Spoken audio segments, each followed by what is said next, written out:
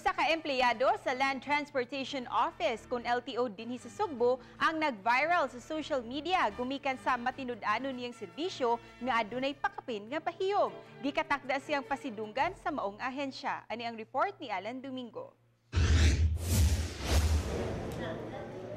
Siya ang 40 anyos nga si Winifredo Mero nga na-assign sa Public Assistance Desk sa Land Transportation Office Region 7.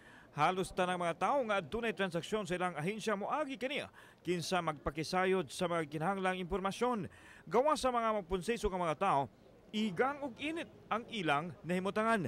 Gani adunay pay mga tao nga mag-init usab ang ulo apan si Mero ang mopabugnaw nini pinaagi sa iyang pahiyom ug pag-abi-abi kanila. Kini ang nakita sa usa ka kliyente sa LTO nga mi-upload sa hulagway ni Mero sa social media nga miani karon og libuan ka mga pagdaig. Si Mero mipadayag nga bonus na lang ang pag-ila sa mga netizens sa iyang nahimo apan ang mahinungdanon mao ang paghatag og katagbawan sa mga tao pinaagi sa tarong nga serbisyo. Buhaton na to ang pagduol sa mga tao, mapaduol sa mga tao. Kung mahimo buhaton na to tanan with matching smile ug mamayan muna, hindi mamaya na.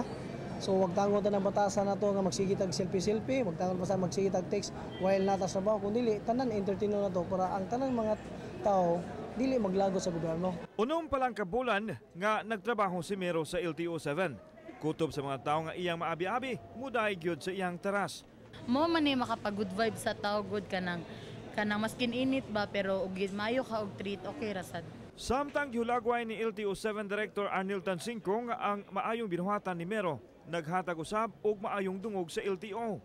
People or employees like Mr. Mero is a inspiration and motivation sa mga empleyado nga nagtrabaho. Gigirakda siyang pasidunggan sa uluhang buhatan sa maayong teras nga iyang gipakita sa pagpanerbisyo.